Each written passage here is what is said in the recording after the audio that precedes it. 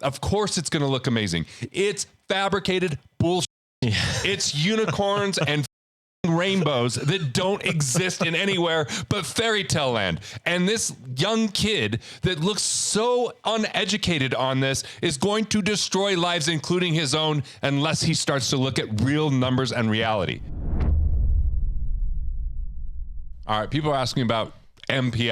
I had to call Chris. I'm like, what's MPI? Who is this guy? And he's like, don't worry, we'll react to a video. Yes. Here we go. Whole life insurance. Is it the best place for your hard-earned money? Based on my research, it's not likely. Whole life made sense 40 years ago due to high guarantees and unique benefits, but now I view it as an outdated, providing very little value compared to alternative life insurance contracts. Ooh, can't wait to see these alternatives. I know. I don't know if he's going to get into the alternatives here, but let's see what he has to say. In the 1980s, whole life insurance might have paid up to 20% returns through dividends because of an unusually high interest rate environment. Really? 20? That's I don't know. No way, I've man. ever seen that. I think the highest dividend I ever saw was like 14.5%. Yeah.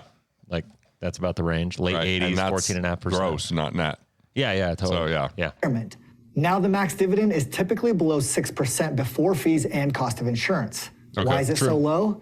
Insurance contracts are typically built with security as focus and not growth potential. Because there's very little potential to produce good compound interest, to use these plans as your own bank or for retirement income make very little sense. However, some insurance agents push whole life onto the public as a good alternative due to high commissions and the ability for guarantee. Okay, first off, let's really go. What he's selling is going to be the exact same commission structure. But on products that pay higher percentages for commissions. So really? Yeah. Oh, for sure. So like, think about it this way. So you go get a good contract. Well, let's just talk apples to apples. The top contract with any New York-based life insurance company is going to be 99%. And that's the top. If you're lucky to get 90%, if you're lucky, if you're a really high producer. With some of these other big companies that don't operate in New York, the top contract you're going to get is like 130, 135 at the most.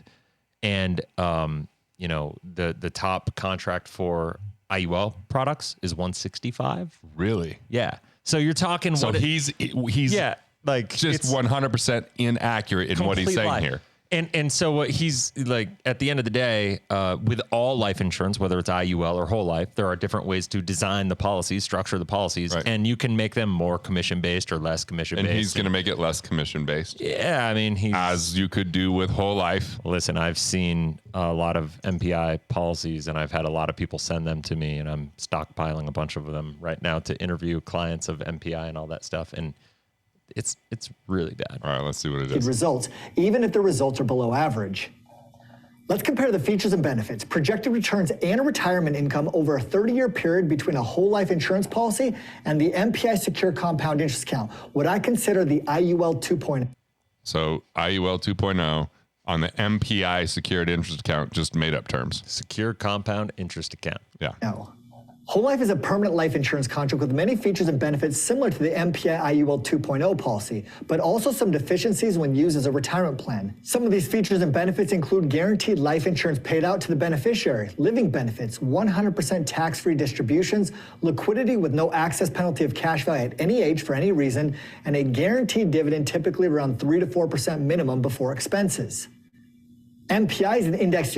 Okay, first off, there's not a guaranteed dividend. That's just erroneous. There's a guaranteed interest rate and then a dividends on top of that. Sure. But exactly. Yeah. For just being accurate. That's all. Yeah, totally. It's a life insurance contract using increasing death benefit with many of the same features and benefits, but also enhancements to provide potentially much better retirement income.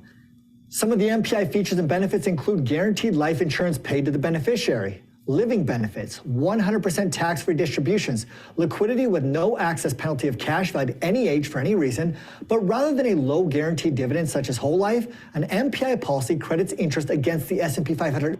Okay, so we might as well talk about the reality of this credits against the S&P 500 index and what's really going on there.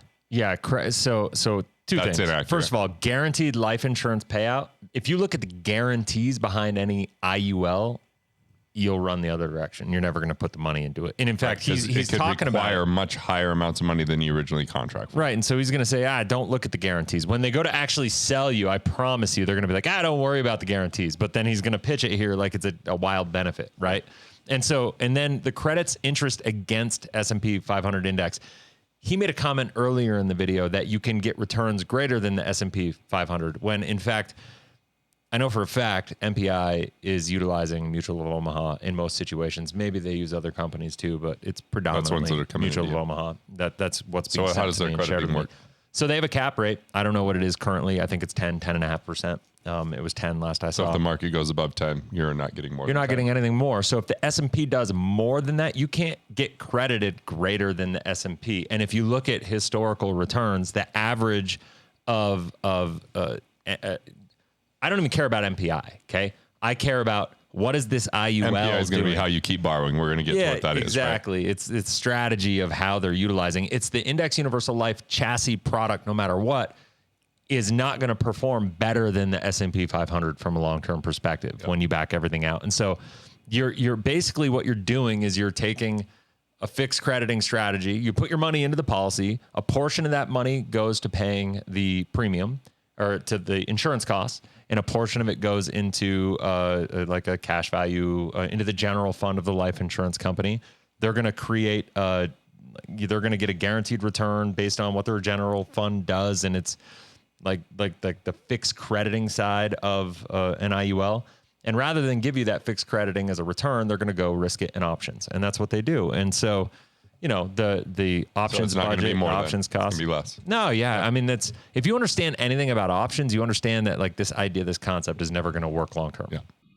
Indexed with a guaranteed floor of 0% when the index loses value and a cap approximately around 10%, increasing your annual returns of 6 to 8% on average historically. Okay, the problem with 8% is how many times would you have to get 8, 9, or 10 to average 8? Mm-hmm. If you have a 0, this is like over like 4 years. What if you were 0, 0, 10, 10?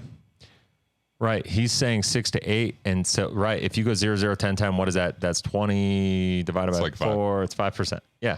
So like, Right. horrible. And there's years that happens. Yeah, for sure. Right. Going like, Consistent. what if you did 2001, 2002, 2000, or sorry, yeah, 2003, 2004, it'd be 0, 0, 10, 10. 0. Yeah. 2008, 2009, 0, 0, maybe 2010. But might have been 10, 10. Yeah, Yeah. maybe 8, 10, maybe something of that. So this 8% average growth, and that's a big difference. 6% to 8% is 33% difference Huge difference. in your overall, right? Or And at this least, is- sorry, it's 25% difference. And he's saying average growth. So he's not, he got done saying before is like, if you earn the 6% dividend in whole life, you got to back out fees and charges. You got to do that here too. Right. This is maybe 6 to 8%. If he wants to argue the 6 to 8% crediting to the policy in the last 10 Right. years, I may But defer again, and not say, apples okay. to apples. Right, Let's hear if exactly. he says back it out. This method can increase returns over a whole life policy by taking advantage of the stock market growth potential and maintaining a 0% security feature. So he's saying it's going to be that much bigger, but he's saying 6 to 8 here. Mm-hmm. And he was saying that back in the day, he said, oh, there was a time in the 80s where you get 20%. Right. Well, we're capped at 10 here. Right. I tell you what. mean, which that 20% was mythical anyway. I did a video the other day, and it's fascinating. I don't know how you feel about this, but like I did this video, and it has nothing to do with MPI. It has everything only in the context that MPI is using IUL. But think about this: moving forward, we're for the first time. If you really think about this, we're coming out of this decreasing and then flat interest rate environment. Right. So for the first time in 45 years, we're going into this increasing interest rate environment. And how you make money and what you have to do to be completely different, right? And so when we look at we're using all the strategy based upon what happened, right, not what is potentially going to happen. So let's think about variables here, and I want to talk about this because it's super important, especially when we talk about strategies like the MPI, strategies like LERP, like we just did a review. When you look at that, we have to think about, okay, the problem with Index Universal Life in general is that there are too many variables. And when you understand the variables that go into what make an IUL successful, let's walk through this for a second. So the way I see it, and tell me what if I'm wrong, there's three different ways that we can go with interest rates. They can keep going up, they can remain flat, or they can go back down. Anything else? Pretty much it. Yep. Right? Okay, so that determines the options budget, right? Because that's the fixed account. That's how the general funds are going to perform. So a lot of people say, all right, if the options budget goes up, then they're going to have more money. Typically, what happens in an options budget or in a market if rates are going up? Maybe, and we have seen a little bubble right here where cap rates have been increased in a couple companies. We're still in this really small window where, options cost because of market volatility and the economy is still doing okay. So rates have gone up, but there hasn't been a lot of volatility. So options costs haven't followed along suit. As soon as that does, that's going to negate the options or the options budget, right? Mm-hmm. So there's going to be less money. But furthermore, eventually, and we've already seen it, at the time we're filming this, you just told me, I didn't even know, the market's been down 5% in 2 weeks, right? Yep. So I don't care if the cap rate goes up in an IUL, if the cap rate goes up, but because the cap rate's going up, because the interest rates are going up, that the index performance goes down, does it really matter? Because you're not getting anything. Right. You can have a 20% cap rate if the market's doing 2. Right. I don't care, right? It doesn't matter. Yeah. So no matter what, like IULs are kind of damned if you do, damned if you don't at this point in time moving forward. We just came through a greatest bull run of all time, and they kind of were bailed out by the market environment with low interest rates, good returns.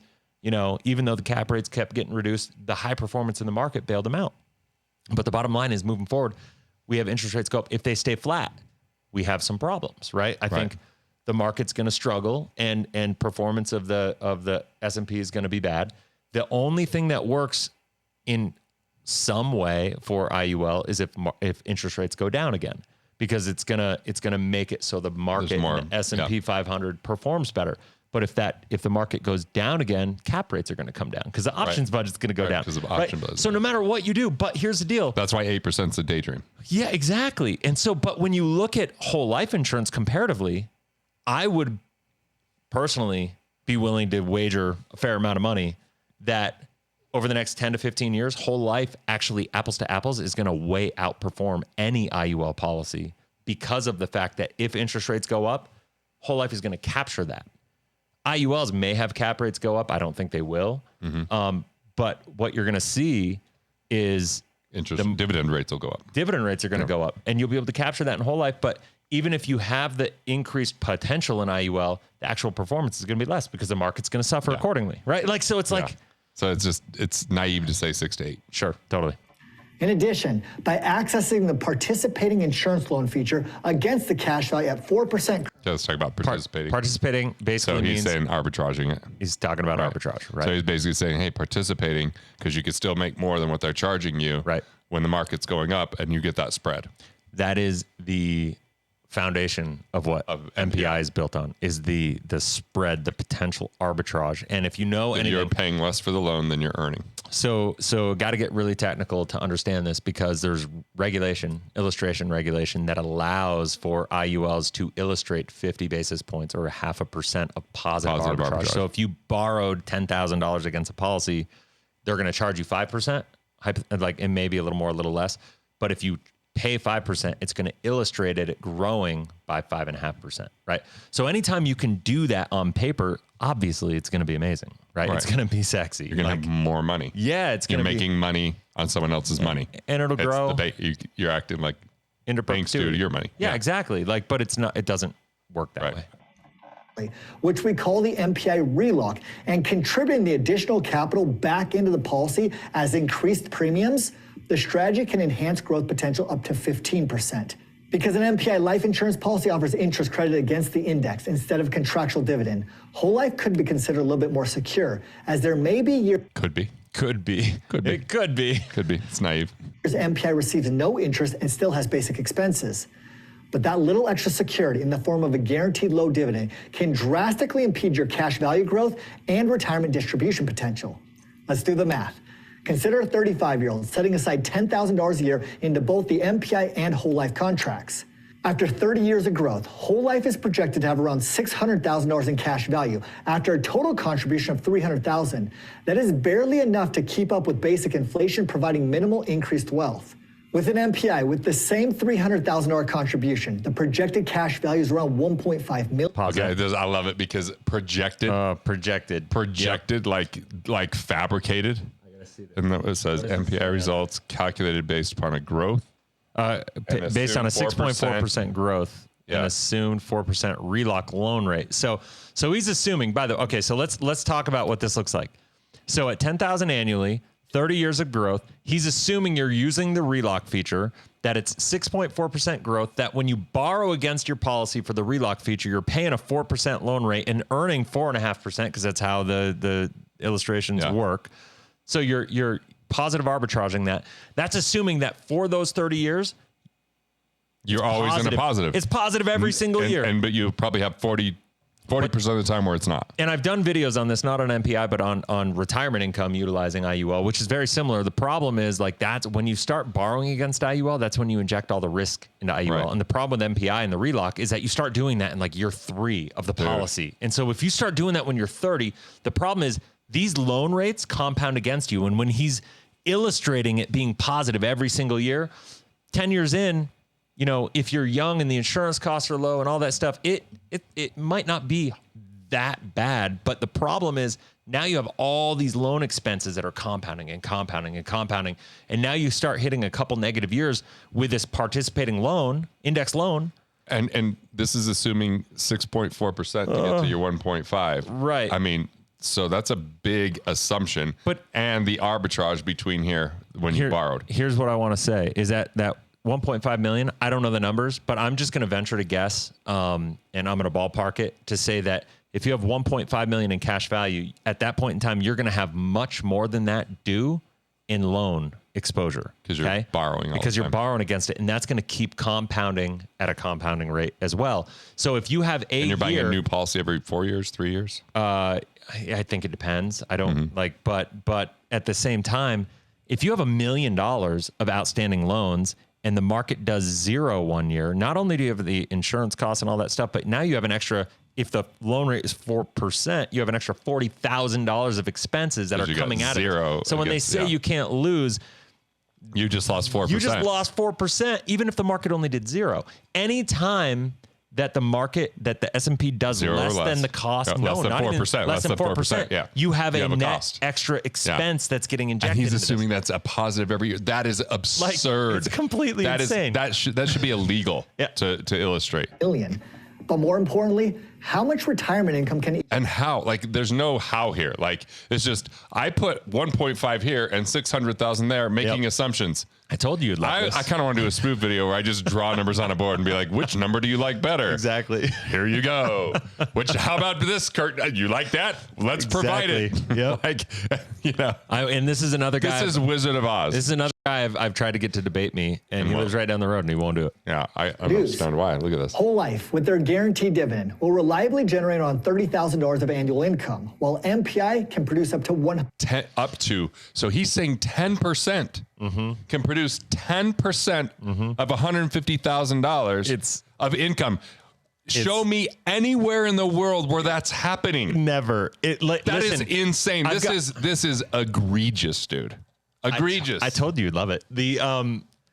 Here's the deal. I got for everybody. Do me a favor. Use common sense. If this were possible, all of the smart money in the world would do this all day long. There would be no other investing in anything else if this were possible. It's not possible. $150,000 per year. A 250% projected increase in cash value. Projected increase. Projected, that's projected with LSD. Do you understand how he's doing it though?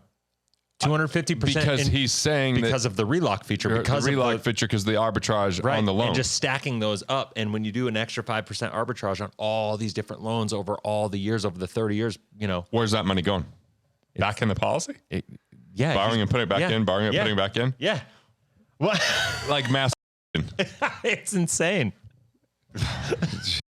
But most importantly, a 500% projected increase. 500%. He's assuming 10%. Come on, people. There's people doing this. You will be disappointed. You're being taken advantage of because of not understanding actual economics and results. This should be illegal. increase in potential retirement income. It will be. All the while providing great security against stock market. Providing security with growth. Yeah, you just take 150 grand a year off of this account, assuming the market's doing 10% or greater every single year. Not to mention, as soon as you start, let's just assume we're wrong, and he gets to retirement income and he's got all this and he starts pulling $150,000 a year out of this off the 1.5 million. What's gonna happen is now your loan exposure goes up. 1 or 2 negative years with all that loan exposure in retirement is going to completely derail the thing, and then you run into a person. What's his name? Curtis Ray. Curtis, let me give you some advice. Number one, you need to move to Florida, bro. You need the Homestead Act. You need to have that home paid off so that when this implodes, you still have an asset left. Because you're going to jail, dude. This is crazy. And Mutual of Omaha, shame on you for allowing this to be promoted. Yep. This is crazy. This is reckless. It's the worst thing going I've to seen in our hurt industry. so many people's lives. Yep. And there so are many people's lives. And he's got over 1 million followers on TikTok. Downturn and growth potential above the stock market. Some also use the whole life contract for a system called infinite banking or bank on yourself, which can produce even worse results than the whole life contract alone. Infinite banking might be the worst compound concept ever designed. I have another video breaking down infinite banking and just how bad it really is inside today's whole life contract, and in my opinion, should never even be considered. You can find the infinite banking video next. The best retirement income potential means we must protect our money and find the maximum growth possible.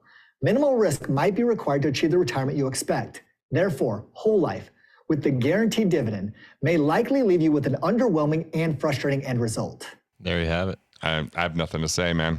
Like, I told you, if you're looking at this for your life, come on. Like, is the market going to do 10% every year when you're in distribution? Think about Is it going to get over 8% or more when it's capped at 10? Like, if you get a 3, a 5, a 7, a 10, a 10, like even in those numbers with no down, with no 0%, and then you're showing a 6.4 against a 4% as always a positive arbitrage spread. Here's why that looks so good. Yeah. If I could buy a hammer for $4 and sell it for $6.50, what's that markup? It's like, what, 40 some percent markup? Yeah. That's a 40% return that he's showing on arbitrage, right? 60%. It's 60% return. So of course it's going to look amazing. It's fabricated bullshit. It's unicorns and rainbows that don't exist in anywhere but fairy tale land. And this young kid that looks so uneducated on this is going to destroy lives, including his own, unless he starts to look at real numbers and reality. Do not listen to this. It's garbage. It is going to destroy your life.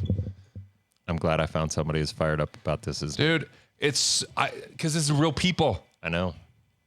That are going to have thousands, this life. Thousands and thousands of that they think will exist. And here's the damage that isn't being talked about. When people think they're going to have a massive amount of wealth in the future, you know how they spend today? Irresponsibly. Exactly. It's called spending optimism. Look, man, we used to have this movement called the producer revolution. And we'd be like, are you a producer? Yeah. Right. And the notion was you produce more than you consume. Sure. But it was at a time where there's massive equity in people's homes. Yeah. And they pull that equity out and they put it in hard money lending and they get 1% a month, 2% a month, 3% a month, 4% a month, 5% a month. It's great until not it's not sustainable. Yeah. They're buying crazy vehicles. They're driving around in these vehicles. They're buying homes they can't afford. They're living this life beyond their means because they expect that to be a gravy train that forever continues. And I watch people get substantially hurt. I watch people go to jail. I watch lives ruined, marriages lost. That's the kind of stuff this does. And I don't know if I have no insight into like his policies and like what he writes, but from the comments comments that I see on TikTok and YouTube and Instagram and all that stuff on his channels, even though he's blocked me on TikTok and Instagram now for obvious reasons, the people that are attracted to this message from what I've seen are the people that can afford $300 a month, $500 a month. Like it's everything they got, but it's appealing if because they're trying to hack their way through and Dude, So I mean, the idea, if you have very little, this is snake oil. if you have very little and like you can squeak out $500 a month, but you believe that $500 a month is going to solve your problems, even though it's not, it's putting you in a worse situation. It's hope without reality. Yeah. And it's going to hurt people massively. Yeah. So, All right. yeah. There you Sorry. have it. Sorry to be the bearer of bad news, but hopefully you can take a different course, reclaim control of your life, cut through the bullshit, and have a much better situation. Hey, thanks for watching. I appreciate it. And if you're enjoying these videos, well, there's good news. More where that came from. So go ahead and click through and watch the next video now.